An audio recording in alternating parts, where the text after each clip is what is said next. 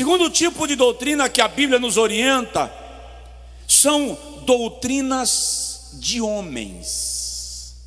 Enquanto a doutrina de demônios nos leva para um desenfreamento e abandono da verdade, a doutrina dos homens nos leva para um cativeiro mental, para uma escravidão mental, que nos torna presas de mentes mal intencionadas. Sabe, pastor José Luiz pregou aqui domingo, e pregou muito. O muito que eu estou falando aqui não é de quantidade, é de qualidade. E ele trouxe a ilustração de uma senhora que queria mais goiabada no sequilho, e tornou o sequilho enjoativo. Todas as vezes que eu quero agregar valores das minhas ideias àquilo que Deus estabeleceu como princípio, eu estou colocando goiabada a mais no sequilho, vira legalismo. Quantas pessoas condenadas por causa das doutrinas de homens. Colossenses capítulo de número 2, versículo 19, Paulo nos dá uma admoestação, e ele diz assim, 2:18 e 19: ninguém atue como árbitro contra vós, afetando humildade ou culto aos anjos, firmando-se em coisas que tenha visto, inchado vãmente pelo seu entendimento carnal, e não retendo a cabeça, da qual todo o corpo, provido e organizado pelas juntas e ligaduras, vai crescendo com o aumento concedido por Deus.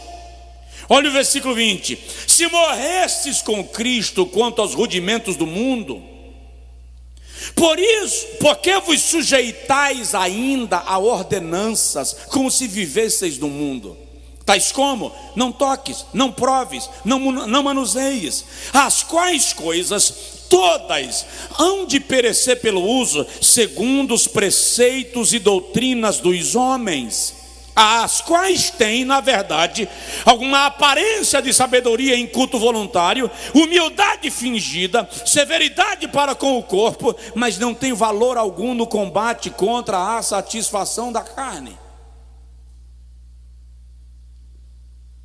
Aqui agora, Paulo está falando de ensinamentos de homens que estabelecem regras, regulamentos, limites humanos, que revelam severidade no corpo, mas que não controlam a natureza carnal.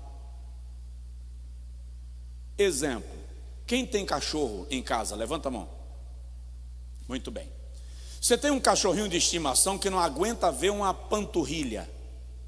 Deixa eu usar uma expressão mais aberta, uma batata de perna.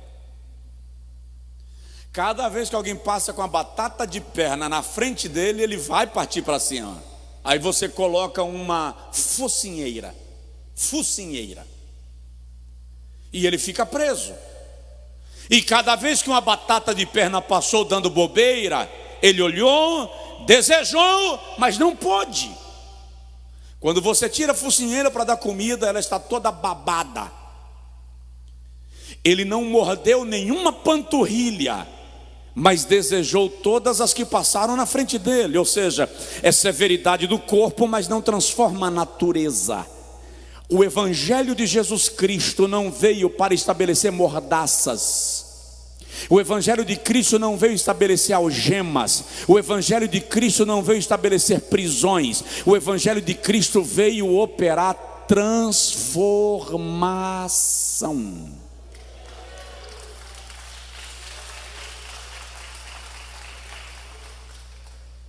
É isso que Paulo está dizendo.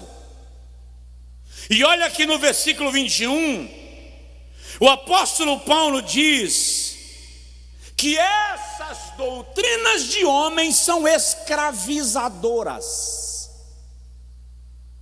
Quanta gente que se tornou, deixa eu usar uma expressão um pouco forçada, e não cabe a explicação agora, porque não daria tempo, mas gente que acha que foi liberto do pecado e se tornou escravo da religião. Isso não é libertação, porque a religião escraviza. Paulo diz que as doutrinas de homens são temporárias. Ele diz, são coisas que perdem o seu valor pelo uso. Doutrina de Deus, segura lá porque o que eu vou dizer é muito agressivo. A doutrina de Cristo não perde validade. Olha bem para mim, porque o que eu vou dizer é forte. A doutrina de Cristo não perde validade. Segura lá. O que Deus chama de pecado no Antigo Testamento, Ele chama de pecado no Novo Testamento, e continua sendo pecado na igreja contemporânea. O que Deus chama de pecado para um homem, Ele chama de pecado para uma mulher. Pecado é pecado para uma criança e para um idoso. Não há dois pesos e duas medidas.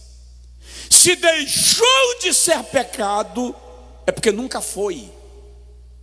Era apenas doutrina de homens. Há quem discorde, obviamente. Provavelmente no chat da internet tem gente disparado lá. Mas eu e você precisamos entender que aquilo que muda de forma não tem origem divina, tem origem humana.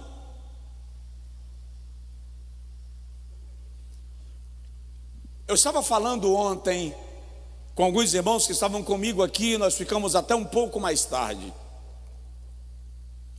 Eu fui convidado para ministrar numa escola bíblica de obreiros num estado do Brasil onde a igreja é extremamente conservadora. E me pediram que eu ministrasse sobre doutrinas, usos e costumes.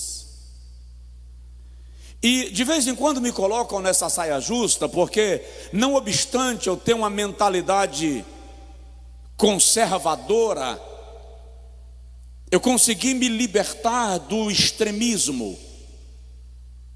Então é sempre um perigo, porque você tem no auditório pessoas com diversos níveis de raciocínio e pensamento.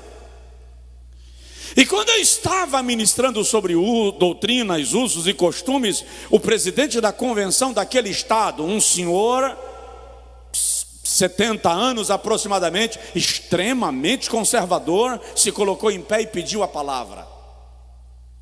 Ele é o presidente da convenção, obviamente que eu cedi o microfone. E ele disse assim: na década de 60, a igreja tal, na cidade tal, excluiu uma irmã porque ela usou sutiã. E ele disse: pasmem, usar sutiã já foi pecado. E ele disse assim: essa mulher morreu desviada. Quem responde pela alma dela?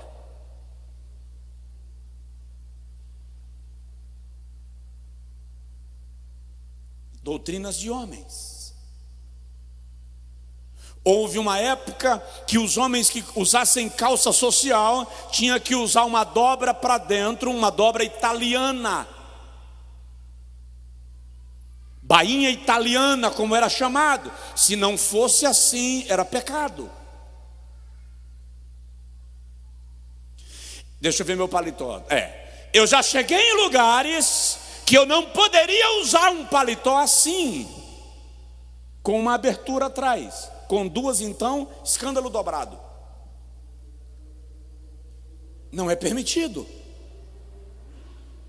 Eu fui na loja na cidade e comprei um paletó fechado atrás para poder ministrar.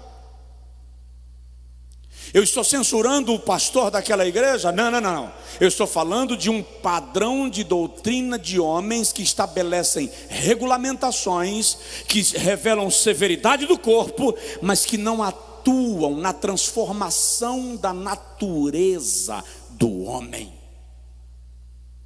escravizam e perecem pelo uso, e essas coisas mudam com o tempo, perdem a validade, deixam de influenciar o comportamento e a conduta. No entanto, a doutrina de Cristo Jesus é imutável. Aquilo que o Senhor falou está escrito, e Ele diz assim: passarão os céus e a terra, mas a minha palavra não há de passar.